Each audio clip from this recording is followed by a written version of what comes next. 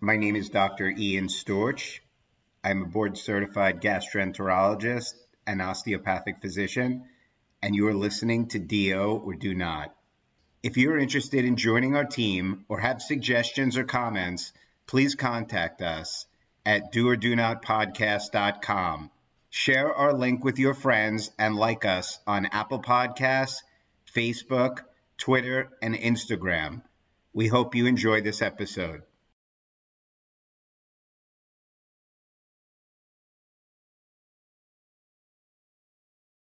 Over the past 5 years, we've had many excellent pre-medical students work on the podcast, many of whom have gone on to go to osteopathic medical school and become DOs. Some of our students have asked questions about going to Caribbean school, and we've even talked about doing an episode highlighting or at least discussing what the pros and cons of Caribbean medical schools are. For better or worse, this is a DO podcast, and that really didn't seem right. However, today, we have a great interview with a couple, one of whom decided to go to osteopathic school and the other decided on Caribbean school. We'll have a great conversation about the pros and cons of both pathway, and you'll get to hear about their journey. You will definitely enjoy this episode. All right, guys, thank you so much for being with us today. Absolutely. Thank you for having us, Dr. Storch. Introduce yourself for us.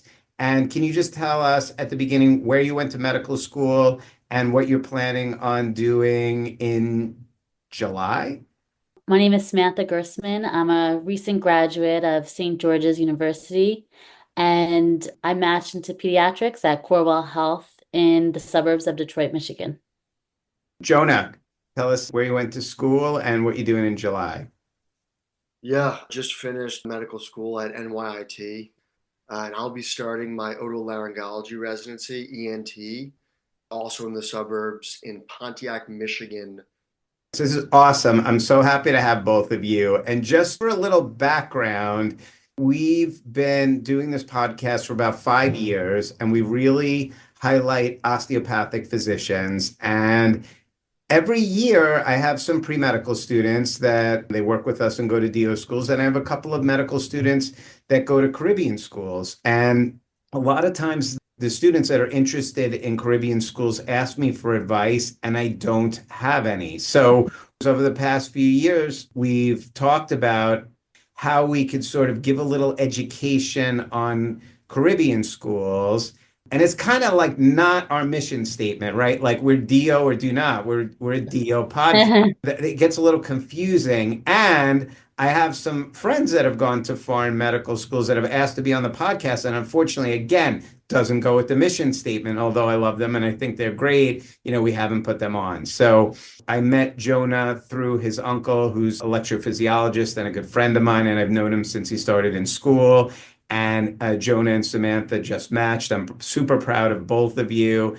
And I just thought that hearing about both of your journeys, and specifically two journeys separate for a time, which would just give us a good basis for comparison and maybe be a good education both for me and for our listeners. So that's where we're coming from. We're going to go to you, Jonah, to start. Can you tell us where you grew up, when you decided you wanted to be a doctor? And please don't tell me it's because of your Uncle Stu, although I'm just joking. He's one of my favorite doctors. I grew up in Merrick, New York, South Shore of Long Island. Really early on, I would say, I started to say I wanted to be a doctor and go to medical school. I remember coming home from a day in second grade and, the classic project of like, what do you want to be when you grow up? And like most second graders, at the time I wanted to be a professional baseball player. And I came home and my dad said, why don't you choose something reasonable, like maybe being a doctor? And it's pretty amazing to look back at because, for most people, that's not that reasonable of a task, but kind of just set my sights on it then.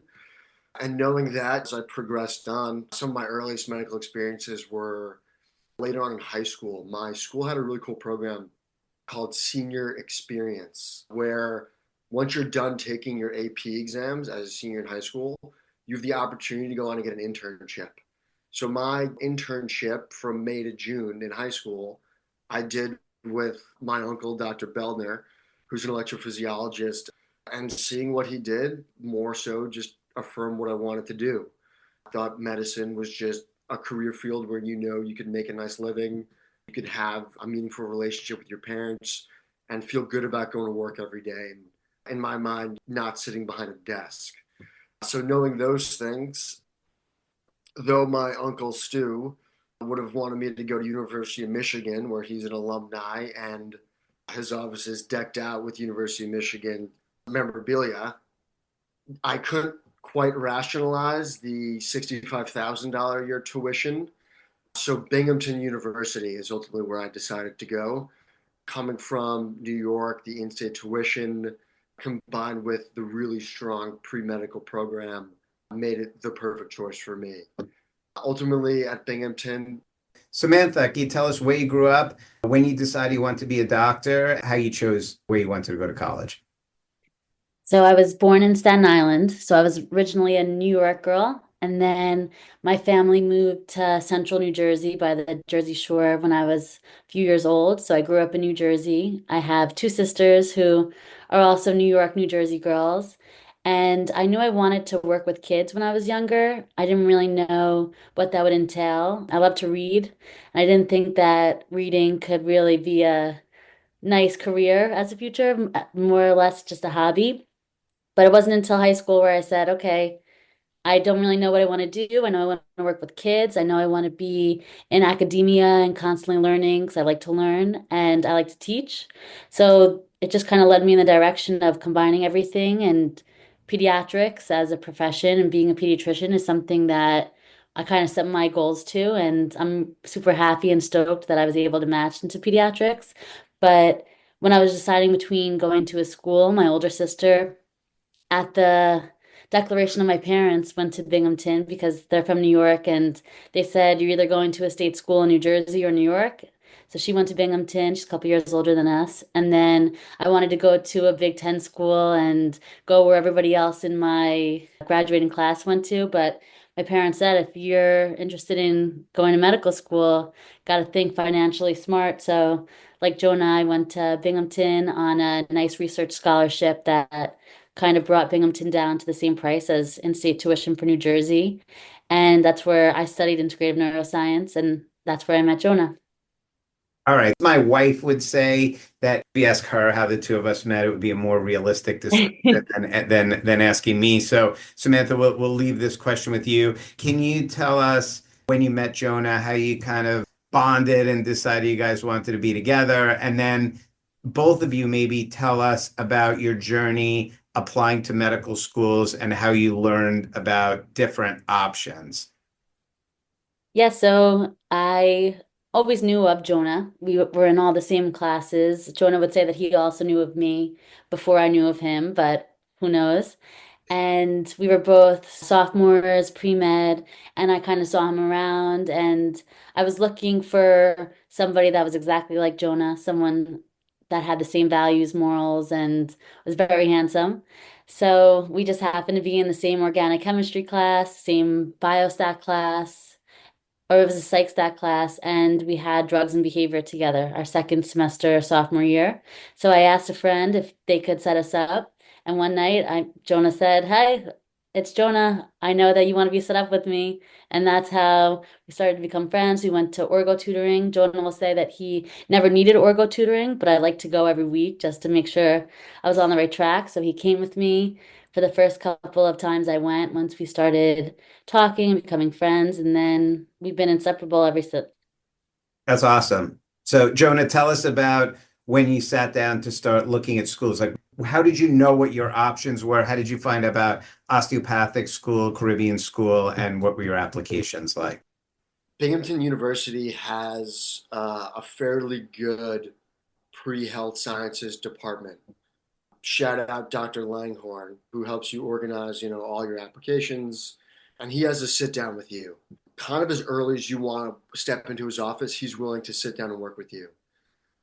And I probably met with him for the first time, maybe sophomore year, to kind of talk about getting on the right track, making sure I was doing all the right things, fulfilling the necessary requirements. And every time you go into his office, that was kind of the question I wanted to ask him. What schools am I competitive for? What should I be looking for in schools? What are schools looking for in me? And a lot of times his answer was kind of just like, you could start looking if you want to, but the reality is it's going to come down to how you perform the MCAT. I ultimately took the MCAT the summer after my junior year. Kind of works out that way because that's when you're finished with physics as well as biochemistry. And ultimately, I had performed pretty so-so on the MCAT, I would say. And on that next meeting with Dr. Langhorn, it was the type of conversation where it was, hey, you kind of have two options here. You should strongly consider going to a DO school if you're comfortable with that, because based on your current application, it does not look like you would be competitive enough to get into an MD school. You certainly should apply and give it a shot, but odds are your application will not be strong enough. And between that option versus retaking the MCAT, I was kind of up in the air on that decision, but COVID was in the midst of things. We actually graduated in May of 2020. And so the opportunity to take the MCAT seemed, not necessarily like it would be there. And then I kind of had a deep conversation with myself. Is the end goal to be an MD, or is the end goal to be a physician? And I decided that I didn't necessarily mind having the non-standard letters next to my name because it would allow me to fulfill that end goal of being a physician. So after having that conversation with myself, I applied to, I'd have to relook at the number, but ultimately I got interviews at several DO schools and none from MD schools, and ultimately decided on NYIT because of the opportunities it offered on Long Island being close to home for me. Jonah, my last question before we get to Samantha's story. A lot of students take gap years, right? Or do another year or two or three to get into medical school. Did you have friends that did that? Is that something you thought about? I'm also a Binghamton alumni, so I know Tom Langhorn for many, many, many years. I don't want to say how old he is. He advised me as well. So did Tom Langhorn talk to you about that? And what were your thoughts kind of on that as an option? Both of us actually ended up taking gap years, and I scribed for company Scribe America. I worked at St. Francis Oncology for a year. And in terms of the decision process of taking a gap year versus not taking a gap year, what I kind of tell people is, are you going to strengthen your application with that gap year, or are you kind of going to just be hanging around? For me, I felt like taking the year strengthened my application because on AMCAS, the application service for applying to medical school, you want to make sure you're filling those 10 slots of experiences. And by having that extra year, I both volunteered on an ambulance as well as working for St. Francis Oncology. So it gives you that much more experience and that many more things to discuss during your interviews for medical school. Samantha, so you know you want to go to med school, get set up with Jonah, you guys are studying orgo, and you go meet with Tom Langhorn. Tell us how those discussions went and how your decision on which schools to apply to and ultimately where to go went. So I did this similarly to Jonah. I took the MCAT, didn't perform as well as I wanted to. I would blame just not being prepared for it, not knowing how to use Anki, which Jonah and I are both big advocates for, and just not studying properly. And then when I went to meet with the faculty at Binghamton, I was told either go a different direction, don't do medicine, or figure it out during your gap year. This is not something that you could do now, and you have to kind of look at yourself and decide if you want to take a couple gap years and figure it out for yourself, but nothing to be done in the future. You're kind of hopeless, they told me. And I really don't take well to people telling me I can't do stuff. So in the face of that, I decided I'm still going to apply and cast a wide net, see if anybody bites at the net that I throw. And luckily, some DO schools, I heard back from a few. I interviewed at some, but mostly the Caribbean schools were the ones that kind of answered and said, "We will take you and give you an opportunity." And that's really all that I needed to hear. And I've talked to a couple people, not just from Binghamton, but some of younger students that are interested in primary care. And I say, how Jonah says, if you don't want to take a gap year because nothing's going to change in your application, don't take a gap year, go to St. George's University. I think that knowing yourself is really important for this because it's really not for everybody. Medical school as a whole isn't for everybody, but especially leaving the country and living on a lower resource island for 2 years is not for the faint of heart. But despite like the people that said maybe change career course, if I listened to them, I wouldn't be here. And if I didn't listen to Jonah, who said, keep going, you could do it, and listen to myself that said, okay, like I could do it if I want to. And I'm happy I did, and I'm happy to be here. Samantha, I know St. George has a great reputation, and we've actually had two podcast members go to St. George. I'm very proud of both of them. Did you look at other Caribbean schools, and what ultimately made you choose St. George? I was comparing the scholarship money from the American University Caribbean, I think AUC, and class style between the two. And AUC is much smaller than SGU. And it's just on like a smaller island, which Grenada's pretty small, but it feels big when you're on the island. And seeing that there were so many graduates, as SGU is produces the most amount of matched residents. So I said, if everybody else can match, like why can't I? Awesome. And you did, obviously. So we're going to get there. Jonah moves back to fabulous Long Island, and Samantha moves to fabulous Caribbean Island. Obviously, Caribbean Island a little nicer than Long Island. But can you tell us, like, obviously, you're talking regularly after you make these decisions. Can you tell us a little bit about just the didactics over the first 2 years? Comparing what Jonah, what you were doing, and Samantha, what you were doing, were they similar? Were there differences? What were the positives of both? What did you see as the negatives of both? Can you kind of just tell us how you felt for our listeners that are maybe considering similar routes? Both of us on going to medical school, we really jumped right into it and we kind of made it our full focus. And everyone does, some people more to a degree than others. And we wanted to make sure we had time to talk to each other and FaceTime and spend as much virtual time as we could together. And so we had a pretty regimented schedule. Kind of crazy that we did this, but every single day at 5 a.m., we were up FaceTiming, doing our morning flashcards for the day on that software we had mentioned previously, Anki. And that was kind of how we started every day leading up to what really was just Sammy's personal responsibilities. And in terms of perceived differences that were apparent right away, it's exactly that. It's amount of in-person responsibilities.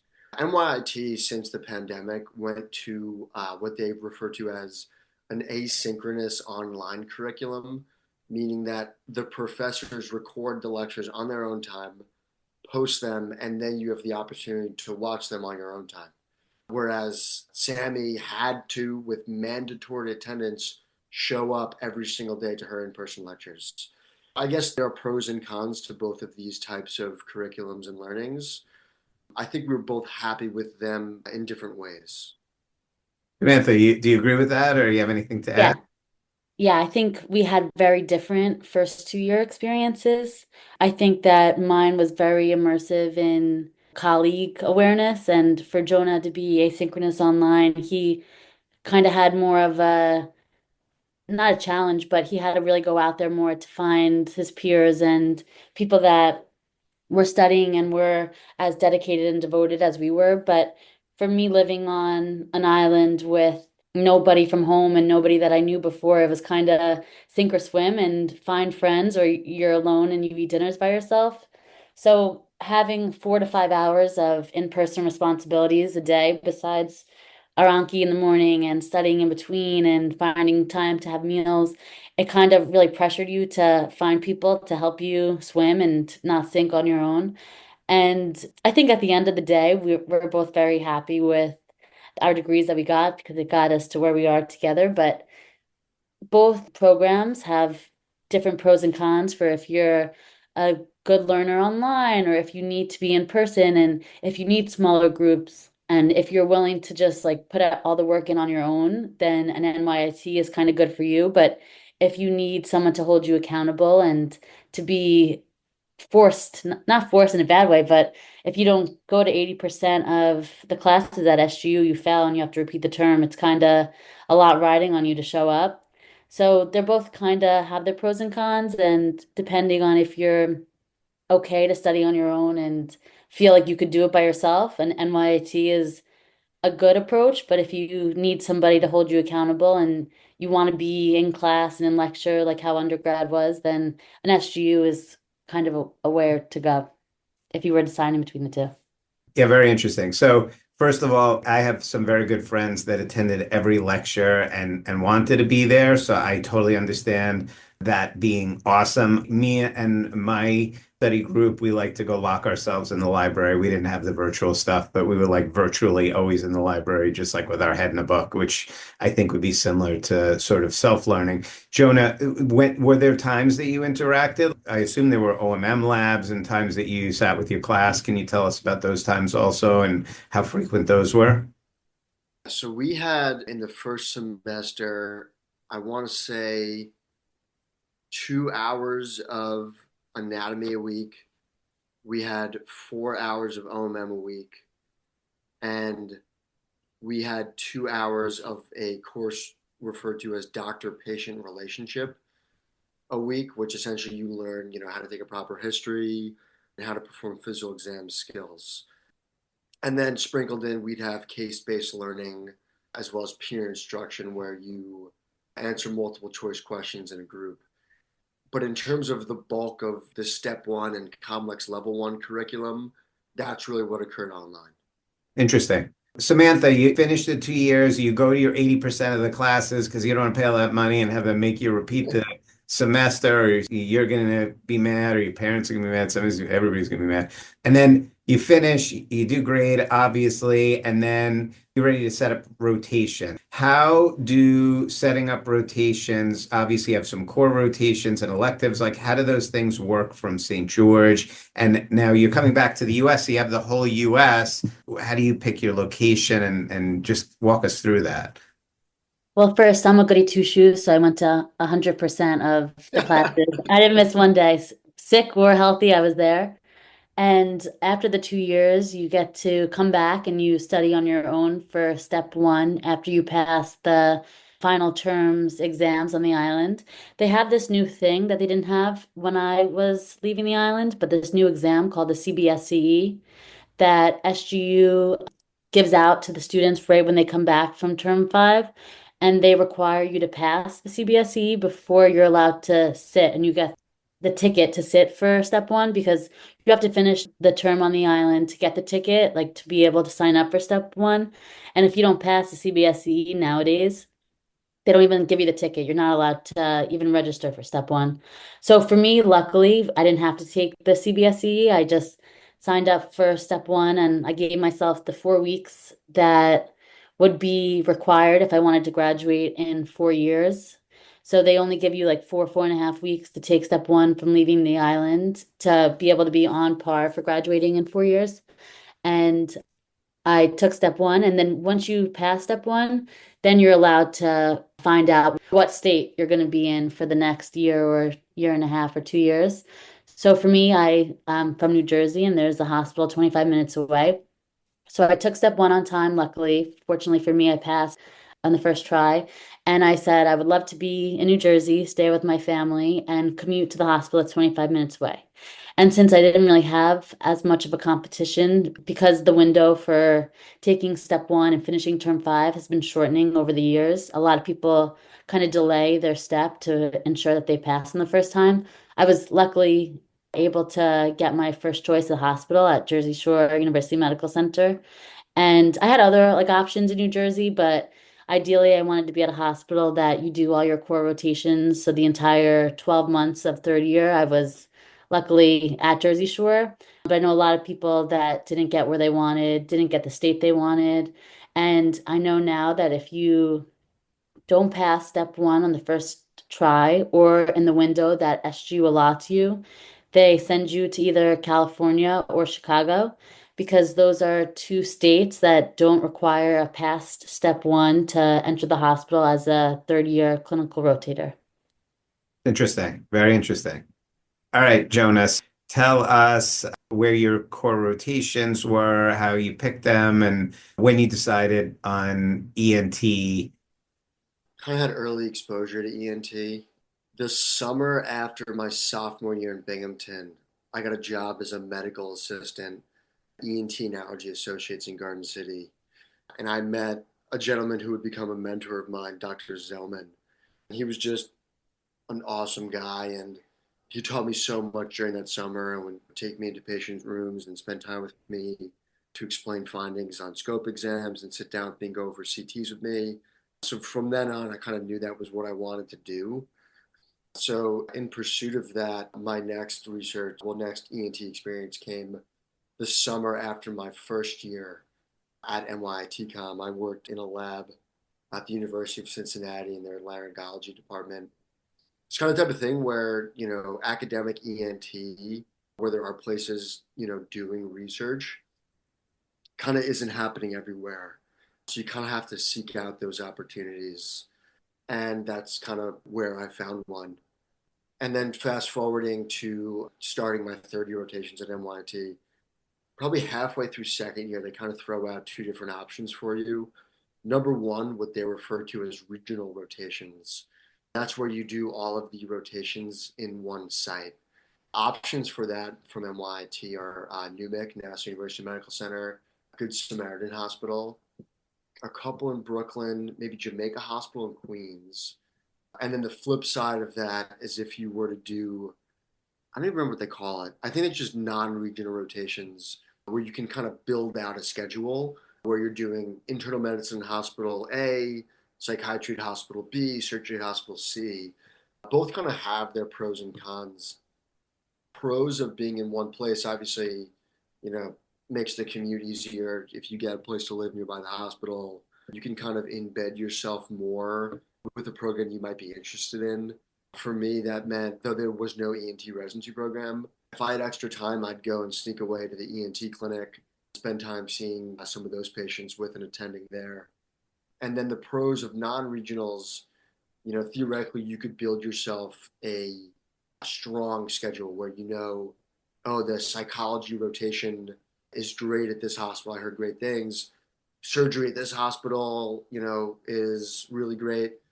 Or pessimistic view of that, and one that some people take is you could build out the easiest schedule.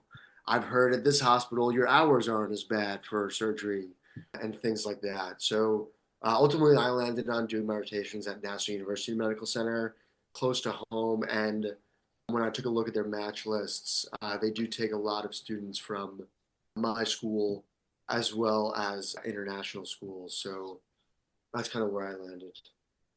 Samantha, as far as we hear from a lot of DOs, so it's interesting to have a Caribbean graduate on the podcast. Can you tell us, like, fourth year, you're looking, I assume, at pediatric sub-Is and kind of showcasing yourself.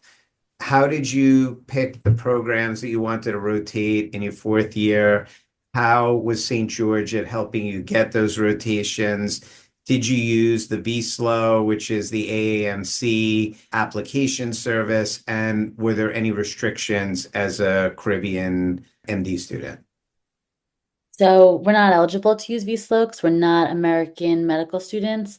And yes, there were many, many restrictions. I sent countless emails putting myself out there saying, just let me come for a little bit. You'll like me when you see me. Don't look at where I come from. You'll like me in person. And getting rejected from a lot of places that weren't SGU affiliated. And SGU gives you a list of hospitals that says we're affiliated with these hospitals. We have third year rotations here. You're eligible to do a fourth year rotation at some of these hospitals for certain specialties and rotations. And we're required to do a sub-I in whatever you want as a course, so pediatrics, OB-GYN, internal medicine, or family medicine or surgery. So I chose pediatrics for my sub-I. And then we were required to do a medicine elective and a family medicine elective if you didn't take family medicine your third year.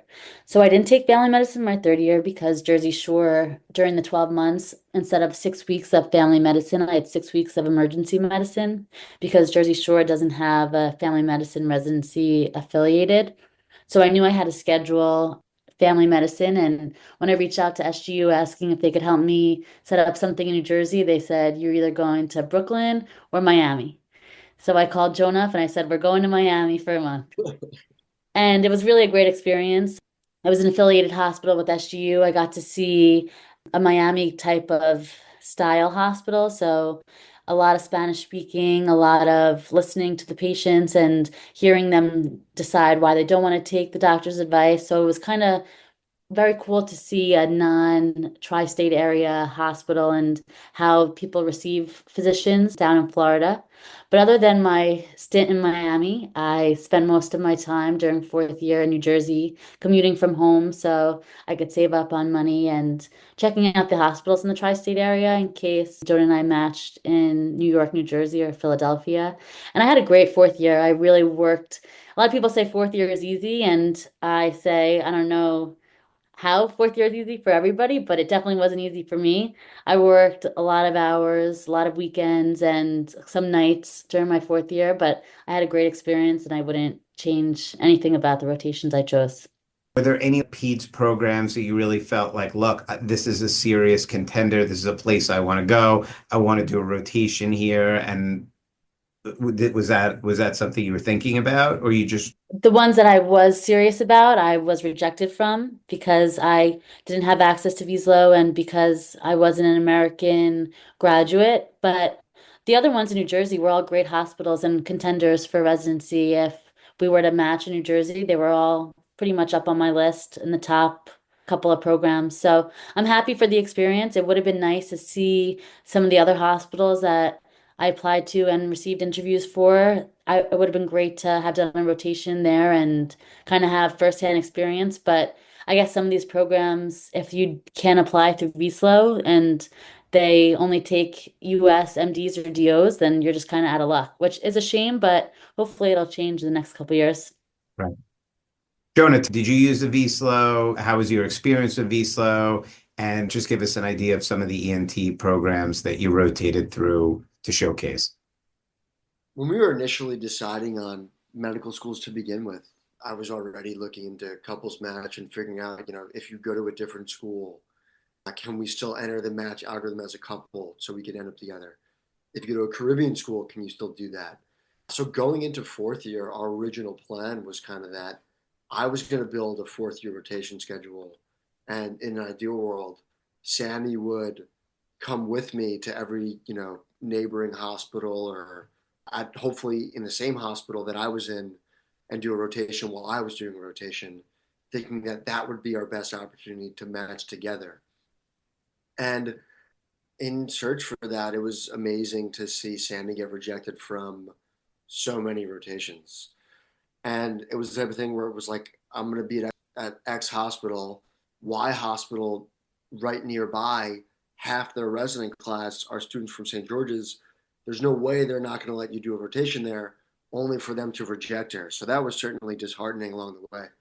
But for myself, um, when you're applying to a specialty that's rather small, whether it be ENT or orthopedics or dermatology, you really want to consider yield in where you're doing your away rotations.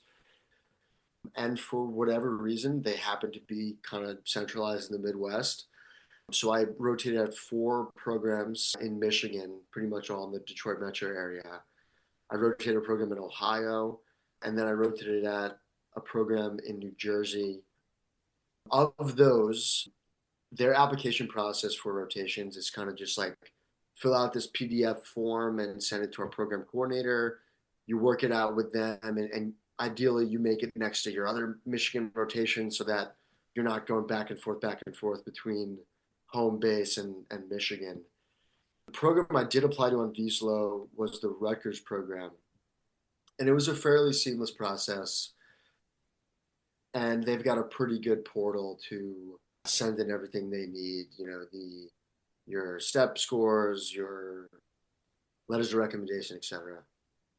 Samantha, so now you guys are applying for the match. Walk us through a short version of what the match looked like and how match day went. Well, luckily for us, match day went great because everything that we hoped for and wished for and worked so hard for worked out. And Jonah's more fluent with the couples match. He's talked many couples through it. A couple of my friends that couples match, and a couple of people from NYIT that also couples match.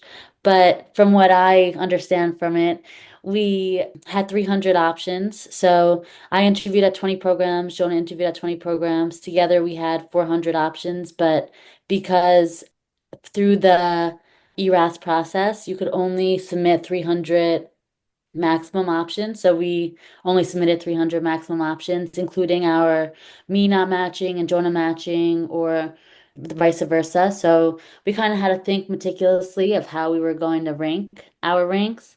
And out of the 300, only 19 of our 300 were us matching in the same vicinity and Jonah matching into ENT and me matching into pediatrics. And luckily for us, one of our options clicked, and we got to open up our results on match day, and it was us matching together in our desired fields. And that's what I get from the couples match. Again, Jonah's more fluent. He could probably write a book about it. But yeah, it was a great match day, very stressful and long process, and a lot of sleepless nights and what ifs and like luckily for us it worked out. Luckily for both of our friends that we talked through the couples match, it worked out for. But unfortunately for a lot of couples, it doesn't really work out. And you never know who's the one that made it not work out. So no one should point fingers because you never know. Yeah, and it's interesting because a lot of schools will, as well as the NRMP, put together percentages for successful couples matches. And a lot of times they actually put forward a number that presents as though you're more likely to match if you enter the match as a couple than if you don't enter the match as a couple. But what it doesn't take into consideration is that it's still considered a successful couples match if both parties match, but you're in opposite sides of the country. So at option number 155, Sammy might be in New Jersey and I'm all the way in Ohio. And the NRMP would consider that to be a successful couples match. So it's just something to think about. And it's interesting. And we're just super happy that it worked out the way that it did. I'm so far away from this, and I did not couples match, which is obviously making it more complex than the basic match, which is pretty tough to begin with. My question is, Samantha, you're applying from a Caribbean M.D. school. Jonah, you're applying from a New York DO school. You have all this stuff in your head. Obviously, you're both super intelligent. You have a lot vested in this whole process. And you've researched it, and of course you have the internet, and you have Reddit, and you have all these resources where you can talk to people, you have friends and colleagues. Did either of you have support or discussions with the school guiding you on how to go through it? Samantha, start with you with SGU, and then Jonah with you from NYT. And were you comparing what the schools are offering you to help give you advice? I didn't receive any advice from SGU. I also didn't let them know that I was couples matching until we successfully couples matched and I sent them a picture and they posted it on their Instagram. But I'm sure I could have asked my advisor about it, but considering the advice I got from previous advisors, from my undergrad and from my time at SGU, it's kind of best to just research it yourself and talk to previously matched and previously couples matched people because the advisors really aren't in it. They don't know what it's like. They only have these data points and these statistics that aren't always as accurate as they could be. So I feel like if you really want it, you have to do the research yourself and advise yourself. And I had Jonah as my advisor, and he had advice from NYIT. Jonah, can you speak to NYT advising you with the couples match? The resources were there, but the reality is it's a super complicated process that even our advisor didn't understand the best. She was there for us and she hosted couples match Zoom meetings where, the 20 somewhat students from my campus and the Arkansas campus who were participating in the couples match attended and talked about strategy and how to talk about it in interviews, how to try and get your partner an interview from an institution where you got an interview to improve your chances of matching together. And then you meet the other couples who are matching in those meetings. And our advisor was kind enough to welcome Sammy to all of those meetings despite being from a different school. And so you meet the other couples and you bounce ideas off each other. And the school had like email templates of like, here's what an email should look like when you're reaching out to a program coordinator. And then you work together with each other and doing your own research. And if you have questions, our advising office was always available to us. And though they weren't as knowledgeable as they could have been, it's understandable because it's just not that common for people to participate in the couples match. And they were there for us when we needed them. We're going to wrap it up. I would just like to congratulate both of you on successfully completing done medical school and about to embark on another leg of your journey and do postgraduate training. And thank you both for awesome discussion and for spending time with us today. Thank you, Dr. Storch, for having us. Yeah, thank you for having us.